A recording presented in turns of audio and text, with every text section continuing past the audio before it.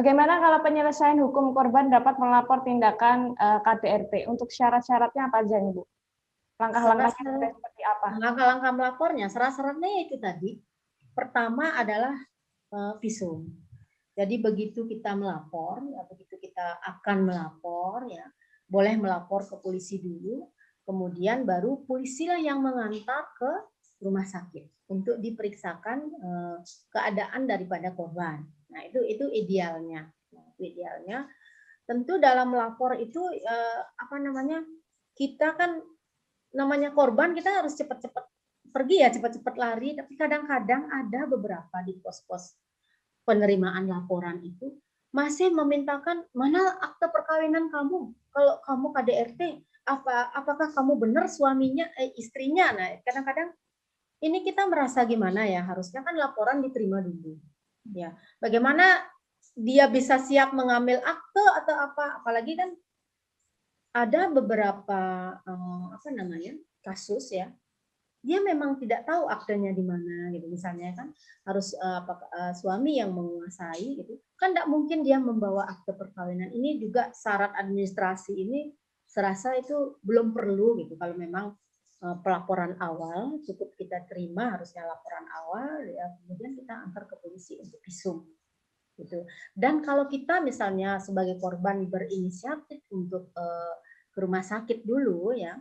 silahkan periksakan dulu luka-luka yang ada di tubuh kita, kemudian datang dari rumah sakit kita langsung melapor ke polisi. Tetapi untuk KDRT ini khusus ya, karena Menteri Pemberdayaan Perempuan dan Anak, yaitu sebagai wakil daripada negara ya, negara hadir dalam kasus-kasus PKDRT ini, dia mempunyai Menteri membuat suatu pos-pos pelayanan terpadu ada di setiap daerah, di setiap kabupaten dan kota. Nah, ini juga perlu masyarakat ketahui bahwa setiap kabupaten dan kota itu ada PPT-nya, pos pelayanan terpadu untuk korban PKDRT. Nah, di sana itu sudah lengkap, di pos-pos pelayanan terpadu itu ada psikolognya, ada lawyernya, ya, ada pendamping rohaninya, ada shelternya. Shelter itu rumah aman ya. Misalnya kita sebagai korban KDRT kemudian tidak berani lagi pulang ke rumah, ya, tidak berani lagi pulang ke rumah. PPT ini bekerja sama dengan kepolisian, itu ada shelter, ada rumah aman untuk sementara. Ya, ada rumah aman sementara. Tetapi dalam undang-undang ini juga disebutkan apabila ada korban KDRT yang melapor, 1 kali 24 jam untuk kewajiban polisi untuk memberikan perlindungan.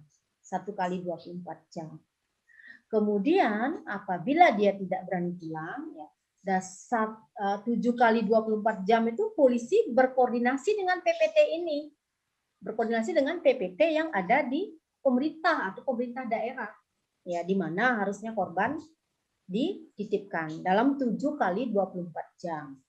Kemudian di dalam 7 kali 24 jam itu polisi atau PPT bisa mengajukan surat perintah perlindungan ke pengadilan negeri setempat.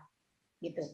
Jadi akhirnya akan turun surat perintah perlindungan dari pengadilan negeri setempat terhadap korban PKDRT ini. Oke ya. Nah, jadi sangat apresiasi sebenarnya ini pemerintah sudah hadir dalam korban-korban KDRT, cuman masyarakat masih banyak yang belum tahu kemana harus melapor gitu ya. Padahal sudah disediakan, misalnya advokatnya gratis karena pemerintah daerah yang bayar sebagai tenaga ahli dia.